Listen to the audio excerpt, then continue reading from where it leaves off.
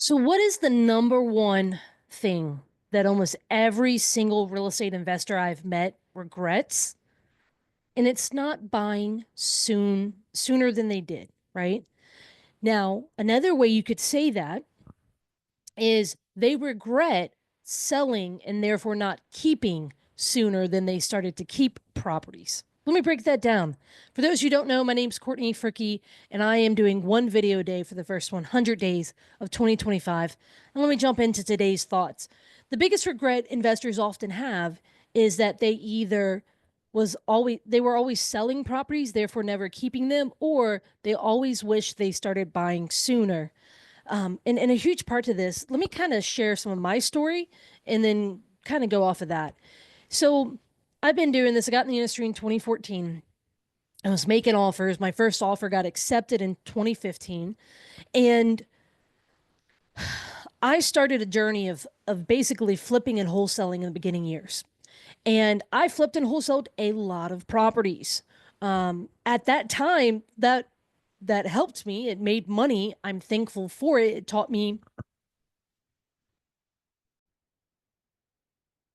it taught me a lot of skill sets, and I'm thankful for that. But at the same time, I lost out on a lot of benefits in real estate.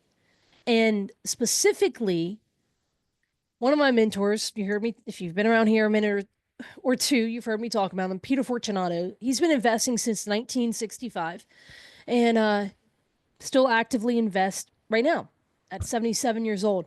So when he found out I was doing a lot of flipping and wholesaling, he said, Courtney, how much money would you be making every month if you kept even some of the properties that just even some of the properties you sold, not all of them. And then, in my head, I'm thinking, man, I wish I would have kept some of, man, I wish I would have kept some of the best ones. Now, the reality here is, I sold them again. They benefited me that day by, realizing the profit in those deals. But you know what I missed out on? The benefits of appreciation. So how much they're worth today. Ooh. And I'm not even in an appreciating market, right? Like one that appreciates well. We track below the nationwide level. Um, I don't get the benefit of paying down a loan. So if I would have had a mortgage then and I've been paying on it all these years, I don't get that basically that equity build up from a tenant paying on that mortgage for me. I also don't get the tax benefits, like stuff like that. Obviously the cash flow over the years. And so that's one of the biggest downfalls of chasing just profit, pure profit for today. And sure, flipping and wholesaling and or maybe even real estate commissions, all of those real estate businesses are fun and fine to a degree, but they're missing some of these big components. And so the other part of that is obviously I wish I would have started buying sooner. I bought my first property when I was 25. I wish I would have man, I obviously we all wish we would have started when we were in our mother's womb.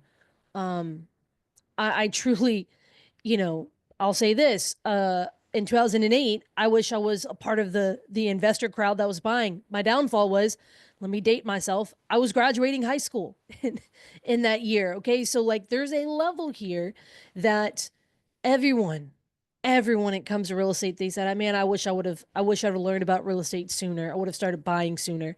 See, but most of them, they're not saying I wish I would have flipped sooner. What are they saying? They're saying I wish I would have kept these properties sooner because the benefit of time. See, there is a huge benefit when it comes to time. My flipper friends, my real estate agent friends, my wholesaler friends, even my developer friends, they don't get the benefit of what time does in real estate because most of the time they're buying and selling, right? So or helping people buy and sell. And that again, that serves its purpose, but what is the number one regret that every real estate investor has? It's either that they didn't buy soon enough or they didn't keep soon enough. So two connotations there. What do you think? For me, obviously I can't turn back time and change things, but what am I doing? I'm thinking twice before I sell, right? Man, all this benefit of time that I've worked hard in this property, do I want to give that up? Those are just some things to think through. So I want to encourage you guys, most of my audience are people who are leaning more towards the wealth creation side, which are going to be people who want to own real estate with rentals and, stuff along those lines. So as far as that goes, I just want to encourage you that you've got, maybe 2025 or whatever year may not be the best year for you with your rentals. Maybe things are difficult, but just remember that you have something on your side. You have time working on your side.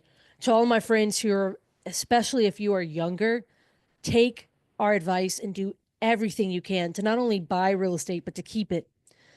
Again, I wish someone would have told me as a teenager, and I wish I would have started sooner than I even did.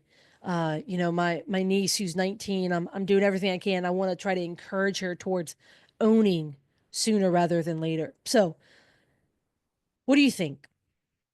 I'm sure you've heard it. Maybe some of you have had this regret of either selling or not owning real estate sooner. And I'm curious to hear your thoughts. Please put them in the comments below. Look, this is one video day for the first 100 days of 2025. And that's my thought for today. Man, regret's one of those things. I don't like living life with regret, but man, it sure is a teacher. So what are some lessons you can learn from this very common level of regret? Have a great day. See you guys tomorrow.